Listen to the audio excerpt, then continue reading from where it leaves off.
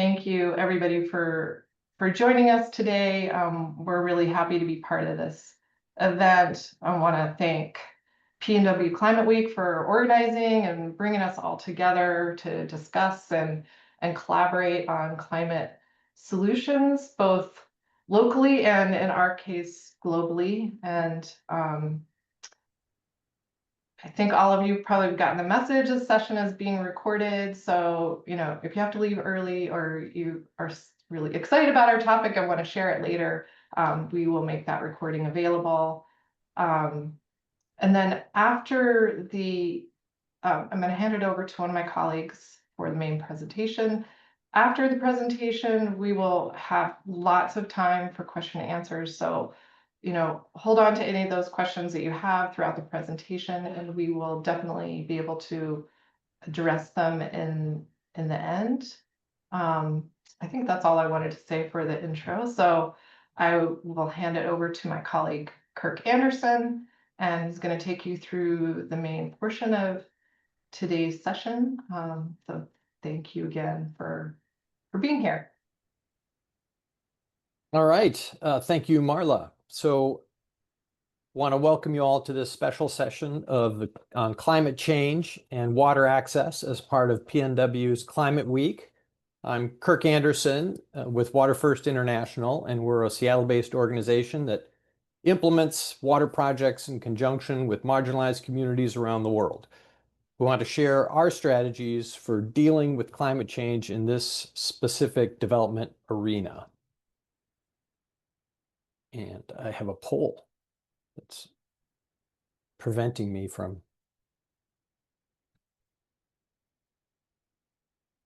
Okay. So first, I'd like to share a little bit about Water1st for those who aren't familiar with us. 2025 is our 20th year as an organization, and in those 2 decades, we've implemented over 5,000 water systems that serve nearly 300,000 people. We're currently supporting communities in Honduras, Bangladesh, and Kenya. And our work is actually implemented by local partner organizations in each of these countries. And these partner organizations have expertise in addressing the water, toilet, and hygiene needs.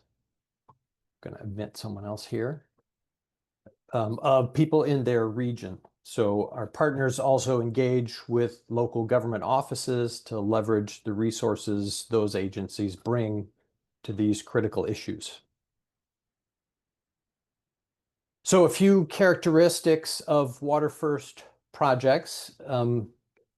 First, we have a strong commitment to providing households with clean water piped to the home. One of our primary goals is to end the walk for water that robs usually women and girls of a significant portion of every day. Some of these communities describe carrying water as a form of imprisonment, and I think that's a good characterization of that activity. So it's high on our priority list to make sure that no walking has to be done to meet people's daily water supply needs. So in addition to that, we're committed to meeting the health goals that a water project can provide. And that means that they have enough water each day at each household to prevent commonly transmitted diseases. To do that, you have to have enough water stored so that every time you turn the tap, there's water flowing out of it. We provide households with water seal toilets. That means flush toilets, not latrines, because they protect human health much better than a latrine, and they're odorless and easy to keep clean, so people enjoy using them. We require that water users pay for the water they consume. Water fees provide the resources that the community needs to keep that water flowing far into the future. And finally, we rely on community ownership and management of every water system. When someone pays a water fee, they're not paying Water1st, they're paying themselves, they're paying the community itself. And then that resource is used to keep that water flowing to all households all the time. So one clear challenge facing every water system operator in the world is climate change. Water systems rely on natural recharge of water resources, and climate change is messing with our global hydrological cycles. Rainfall patterns are changing. We see dry seasons that are extending longer than normal. We see rain events that are more intense, which results in greater percentage of that annual precipitation going into runoff versus recharge in an aquifer area. So when communities are relying on groundwater resources for their water supply, climate change matters. So what can Water1st do to equip communities to succeed in their efforts to consistently meet their needs for water in the face of climate change? Our approach is establish construction standards for every project to ensure that a water system can be operated as efficiently and effectively as possible, and then require a water meter at every distribution point. So that's our household metering approach. But we also have a comprehensive water system metering approach, which is that we provide tools and training necessary for the water managers to track the fate of the water that enters the system and exits the system. Finally, we like to implement a tiered rate structure for water consumers. So you can use that water bill as a tool to influence practices, and then institute, maybe most importantly for climate change, water protection measures or watershed protection measures. So what are the construction standards? So construction standards determine how well a water system functions, not just today, but decades from now. One example would be when you bury your pipes 3 feet deep and then they're cushioned in sand or soft soil, leaks can be minimized for up to 50 years. In many of the areas where we're working, construction standards are pretty low. So builders often cut costs on materials, and the consequences are that things don't last as long. So with our construction standards, there's a clear guidelines that builders follow that then allow communities to have a high functioning system for a long time. So some examples of important standards include, if our goal is to prevent diseases, and the research is pretty clear, a person can significantly reduce the risk of illness by using at least 50 liters or 13 gallons of water per day.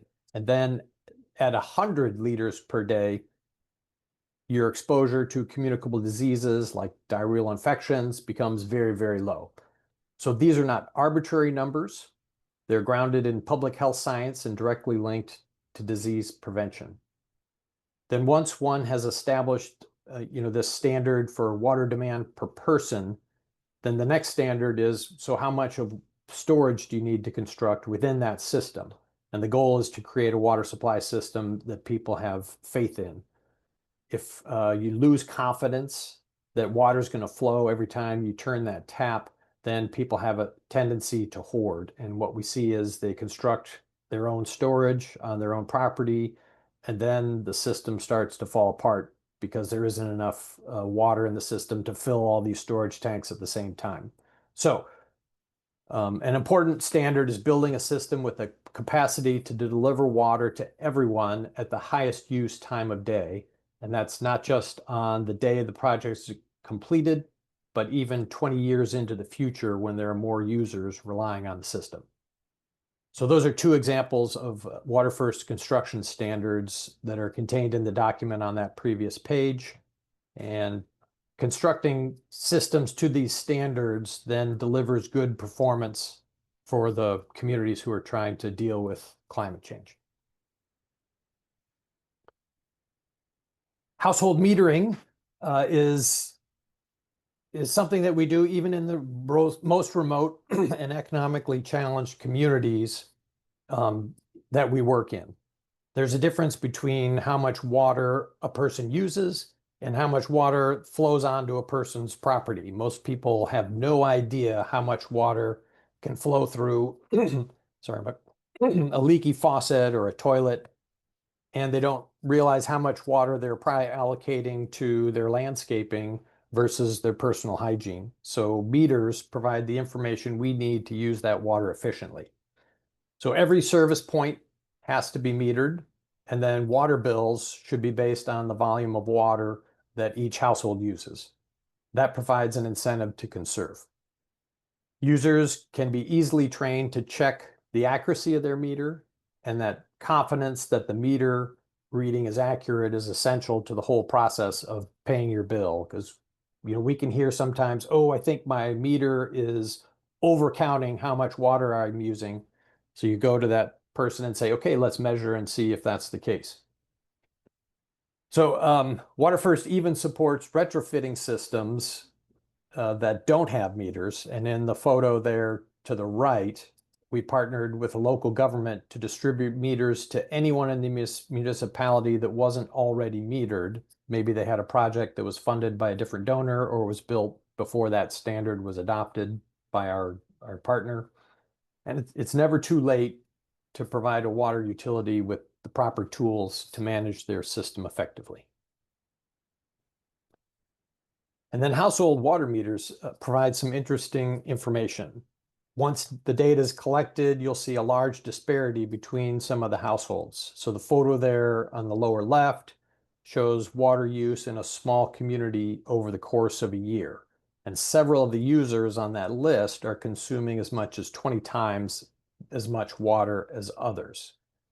So now that you see this data, that allows water managers to focus their efforts where they're most needed. So some of the folks here, they may not realize that they have a leak. They may not have bothered to fix a leak because they didn't realize how much water they were losing each day. And then access to water in some of these environments, particularly rural areas where you have land to farm, that's an invitation to other beneficial uses like income generation. So not all users who are using things for income generation are doing the wrong thing. But if you have meters, that gives the community the knowledge they need to match up their water availability with the water use and make informed decisions about how they want to allocate that resource. Some systems could be really well suited to allowing small commercial operations like coffee washing or adobe brick making. The tiered rate structure is a technique that water utilities can use to encourage water conservation and ensure equity. So a tiered rate structure means the price of water increases as usage increases. And Seattle has a 3-tier rate structure for the peak season for summertime. The first tier ensures affordability for essential uses, while higher tiers discourage excess use. And since Seattle introduced this in the early 2000s, only 1 in 15 households in Seattle uses water at the highest tier. So it's similar to what our partners are doing with their pricing. The goal is for everyone to use enough water to prevent diseases, and that should constitute the first and most affordable price tier. Then households that utilize more than that amount, they would have a higher rate for that beyond 100 liters per person per day. And you could even add additional tiers for those who are well beyond 100 liters per person per day. So this either reduces the use or it increases the utilities revenue, and then they have the resources they need to address whatever issues are arising. Maybe they need to add storage. You have additional resources from those fees to build more storage, or maybe you need an additional source and the additional fees would allow you to address that as well.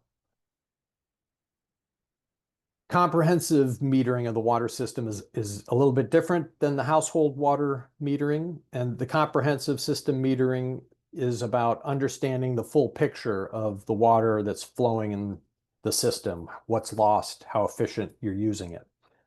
So the comprehensive system metering accounts for the volume of water that flows into the system at the source and then tracks that against meter readings at every service point. Then you compare how much water goes into the system with how much is actually delivered to users, and you can calculate what's called non-revenue water. And that's the water that's lost to leaks, theft, system inefficiencies, or unmetered use. So a system that's well constructed should be maintained at less than 10% non-revenue water. This is especially important in the context of climate change. As groundwater yields become less predictable and dry seasons intensify, it's critical to know whether a water source is declining. So good source data will indicate whether there's a trend toward lower water production, signaling a need to respond with greater emphasis on conservation in the short term and investment in additional capacity in the long term. And without meters, everything is just speculation. And with comprehensive meters, communities have the information they need to make smart, timely decisions to protect their water supply. One example of effective use of this comprehensive system metering is a project that Water1st funded in Bangladesh. And the project serves a rural community, and it was our Bangladesh partner's first rural water supply network. Now, there were some initial construction standard issues. So you can see in the photo the shallow depth of the buried pipe there in the left. And so this system was experiencing a certain amount of leakage that was beyond what we would expect. And then the project was also utilizing solar power to pump water to the storage tanks, which in the monsoon season, this area can experience a string, maybe a week at a time, where they don't have enough sunlight to pump water up to the tanks. So they needed to have a supplemental power system. Now that they have to pay to pump the water up each month and they're going to have a monthly bill, then suddenly they had the motivation to really utilize their comprehensive metering system to figure out how much water they were losing and how to address that. So using this data from their meters, their initial non-revenue water was 17%. And then in 2 months, working on the issue and walking the lines, fixing leaks, they were able to reduce their non-revenue water to 6%. So meters work. Now, maybe the most important element of preparing for climate change is watershed protection. And Water1st's partners are all strong advocates for protecting the watershed area around water sources. And while climate change occurs at a global scale and is not a condition that a single community can resolve on its own, watershed protection is within their power and does have a strong influence on local groundwater recharge. Particularly in Honduras, our project communities invest in protecting and revegetating the catchment around their water sources. So below, you can see how each project begins with a small protected area where their water source is. They fence that off and then they replant it. And then considerable education is provided to motivate them to expand that protection over time. And as they expand the area of protected watershed, they increase the recharge capacity of the catchment, restore habitat for native species, and sequester carbon to help combat the accumulation of greenhouse gases. So the picture on the right shows an area that has been reforested over the course of several decades. So some of the case studies in Honduras include the original project that our local partner organization implemented, which utilizes the Congolone watershed. Initially, that was hundreds of acres of clear-cut landscape that was used for cattle grazing and corn production, and it's now 300 acres of mature forest. Other more recent projects have similar stories. So the Las Flores community has purchased and reforested 27 acres of watershed, and Valle de la Cruz has restored 17 acres.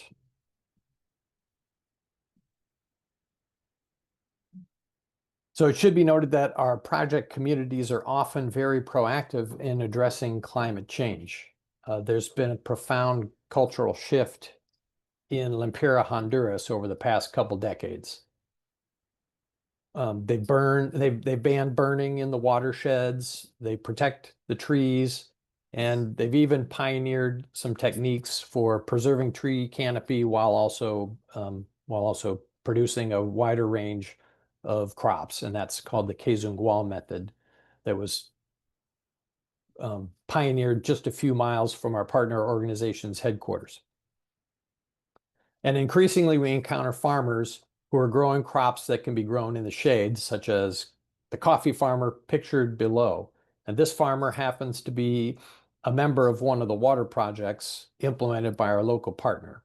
And the education and opportunities she received as a result of her water project launched her agricultural career and influenced her philosophy about land and water. She sells directly to Starbucks now because the quality of her coffee is so high. We see more willingness to adapt new practices in these marginalized communities than in our own affluent society, which has much more ability to invest in change. So we don't know exactly what we'll face in the future with regards to climate change, but we do feel an obligation to provide our project communities with the tools they need to address these challenges.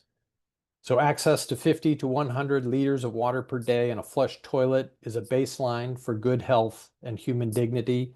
And that's what our monitoring goals are based on. And we'll continue to monitor to be sure we're achieving those goals in all our projects, even in the face of climate change. Monitoring is the only way to know whether we need additional tools to reach our goals. So for those who enjoyed this presentation and would like to continue exploring the concept of a world in which everyone has access to clean water and toilet, join us for an evening of fun next week at our annual Water1st Beer Second event, which will be at Medier Brewing in Seattle's historic Central District. There's a QR code there on the screen that you can scan to learn a little bit more. And now I'd like to open it up to questions and comments. And I was thinking with the size of this group, I think we could unmute and ask your question, but feel free to also put it in the chat. Oh, I see somebody put the link to Water1st Beer Second in the chat. Don't we all need a beer to deal with all the things we're dealing with? So anyway, come join us. It's a good time to be in community with each other.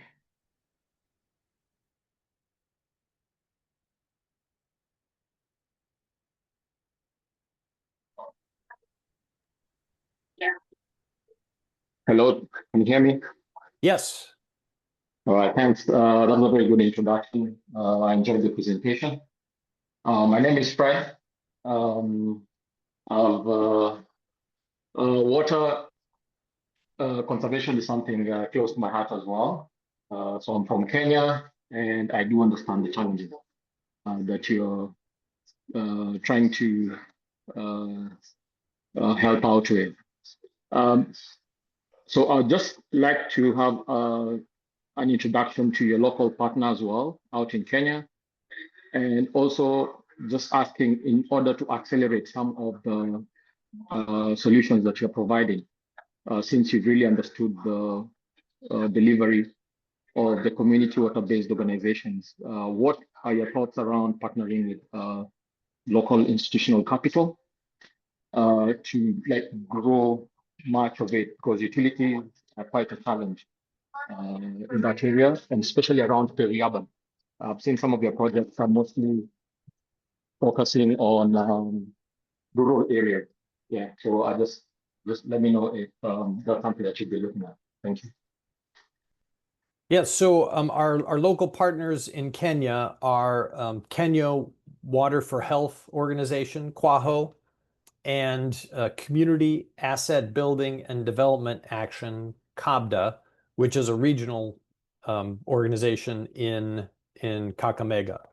And yes, at this point in time, our projects in Kenya are rural, but we do have experience with working in peri-urban areas in Bangladesh. So those are also, I think, areas that are, especially peri-urban areas, they are ripe for this piped water network approach. Households are close together. it's not high density, as high a density as as a intense urban environment. So it's easier to find a water source and usually move it to that area. So we are very much open to, and we think the possibilities of working in peri-urban areas are great. And, you know, we do utilize local resources, often through local governments, but we're open to, you know, whatever resources are available locally to help, you know, magnify the work, to do additional. What did you have in mind, Fred, when you're saying local resources, local capital? Since your model is definitely generating one income, if you now shift to peri-urban, looking at the dynamics of the growing urban population, we're looking at 50% of the population moving to urban areas in Africa. So working along local financial institutions, a local bank, also being a catalyst for private investment into water utilities. Because personally, I do have a borehole in a peri-urban area, but I've done it out of my own pocket. So maybe I've spent around close to say around $40,000. This is because the impact, you can see it. Women and girls had to go to the river. There was a sewerage system that was coming up. They didn't trust the water. So I did a borehole. I've since put solar. So it's sustainable. And I practically give it a stance. So I'm not making money out of it. But as the population starts coming in, you definitely would want to distribute the water. So you have the technical expertise on that. But if I walk to a local financial institution and give them a business model on this, and you have funded that local financial institution with money that is accessible, particularly focused on this kind of projects that you're doing, then it would pay back. So it's sustainable in the long run.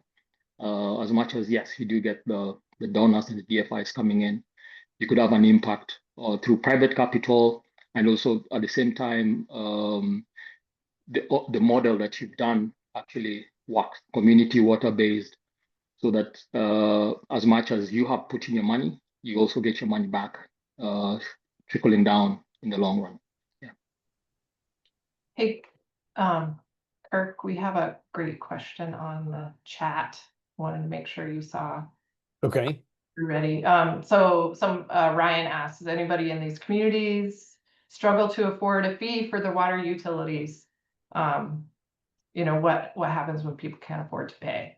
So, and then there's somebody else who has their hand raised, so we could. Yeah. Okay. Yeah. So, yes, there are times when there are members in a community that can't afford a water bill. Maybe it's a widow who lives alone and has no income, and that's one of the reasons we go with the community-based approach, because then the community can come up with a solution. They may decide as a group. We 100 households who share ownership of this system will subsidize the school, will subsidize these families by increasing our fee slightly to cover those costs.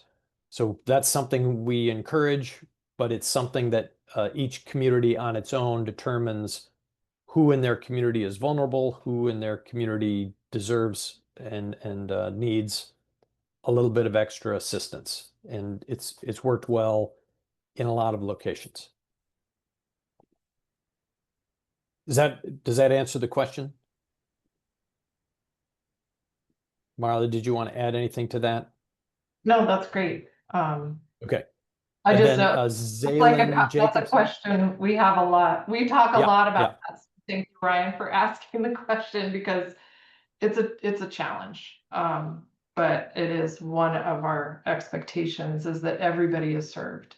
And so I just appreciate the opportunity to talk about it. So it's important to us. Yeah, and you know, it's kind of related to Fred's question, because you know, when you have the privately managed systems, and those are are primarily focused on generating revenue to repay a loan and maybe make a little bit of profit, then you do at times lose service to those most vulnerable households. So we are open to supporting, you know, a privately managed system if we see that it can address that specific question that was it Ryan asked. So Fred, that's Well, a way of answering both those questions at once. and I think Zalen has, I might Yeah, be saying, Yeah, I'm yeah, sorry. that's right. Awesome. Hey, thanks, Kirk. That was a great presentation. I learned a lot through that. So, I had a couple of questions, two questions. So, one, what are you seeing with different tapping devices? Like I've read a lot about Hieronymus Mueller and how he laid the groundwork for a lot of the tapping technology that's used in the United States, but is that same all around the world? Is there any innovations around that? And then I'm curious your thoughts on very arid and large desert landscapes like Namibia and how you think about water security in places like that. I have roots there with some projects that I'm doing, and I'm going to be going to educate people around agricultural projects, climate related projects, and I want to speak to how entrepreneurs should be thinking about water in a place like that, that right now is getting the majority of their water through a single trough from Angola, and there's over 2 million people that could be potentially affected by that. So I'm curious your thoughts on tapping and then your thoughts on partners or strategies in a place like Namibia. All right. So by tapping, do you mean like drilling wells? Connecting to like a household connection to a system, I think is what you mean. Yeah, yeah, I guess so not wells, but if there's a municipal system or a town system and then the households are tapping into that Okay. because you're Okay. talking about getting the water to the household. So I would assume there's like Mhm. a mainline infrastructure that you're building first in some cases, and then just everybody just then has branches from Yeah. that, right? Yeah. So a lot of those systems aren't so the key is to define your service area when you build your project, and that's part of your design standards. And so many projects right now, you know, they're built and they build a system and it has so much capacity, but they sort of overcommit it right off the bat. Um, so the strategy for a Water1st project is to define an area and define a community and say this community will have a water project, and this community will probably grow so much in the next 20 years. So that then defines who can connect, who can't connect, and how many of those people there will be, and so how much water do you need. Just tapping willy-nilly into existing projects can be really problematic. So you really need to know what your water source is and the volume you have available, and then figure out who your clientele is and be disciplined about that. You can't extend beyond that. Beyond that, you need to build a new project, and it has to have its own management system. So we go community by community, and then the community owns that. And we would probably take the same approach. You know, we haven't worked in super arid areas at this point, so I'm afraid I probably don't have any particularly helpful information for you for Namibia. That's like a super arid environment. But it would be kind of the same concept, is find a water source and then figure out how to move that water source to that community that you're hoping to serve. Yeah. And it's probably groundwater for Namibia unless you're piping it from a long way away. And then that suddenly involves more than just a community scale approach. That involves like multi agencies and stakeholders and governments and other complexities. Awesome. Great. Thank you. That's great. Marla, would you add anything to that? No, I was gonna say the same thing. Like, I think a lot of the standards that we use still apply. You know, we are designing water systems for meeting future needs for the population. We're setting communities up so that they can monitor their water sources. I think, you know, that's what you need to do in a dry area as well. So is give communities all the data they need so that they can manage their resource and make short and long-term decisions. You know, if they find that they have their water sources declining, they can make an adjustment during, you know, a drought season, and that they just know how many people this water system is designed to serve.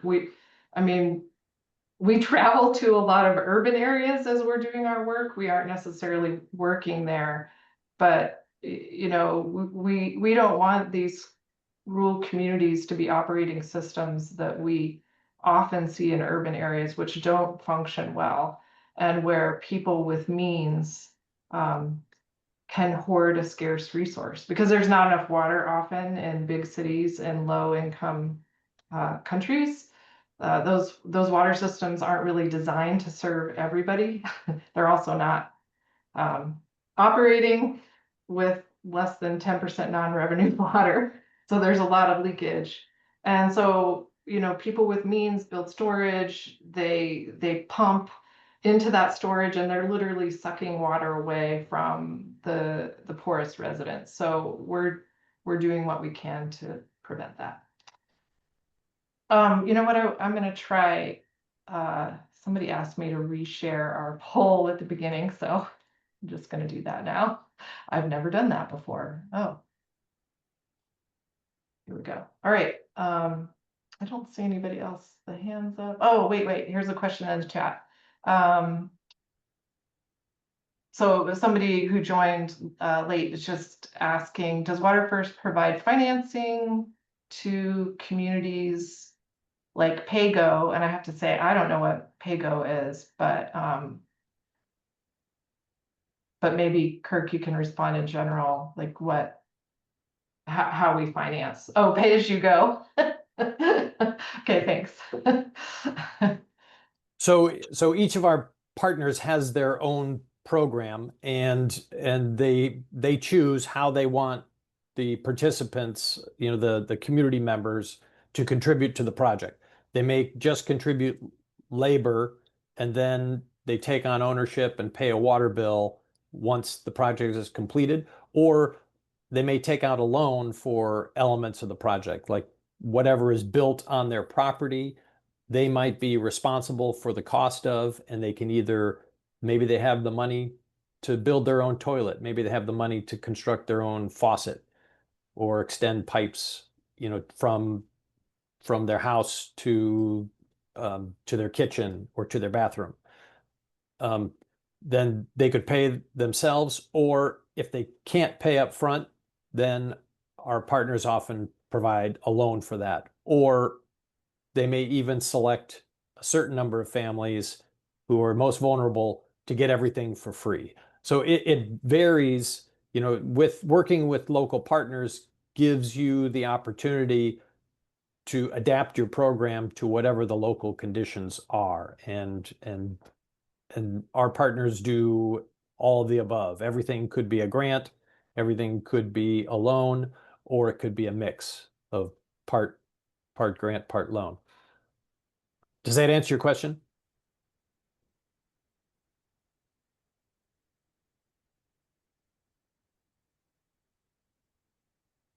Great. Not quite. Great. Yeah.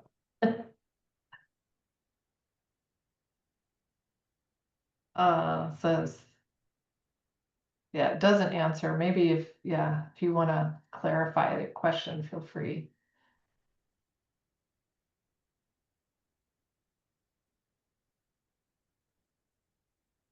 Oops, it does. Okay. Okay. Well, and the only thing I was add, and Kirk, you may have done this because I can't type and listen at the same time.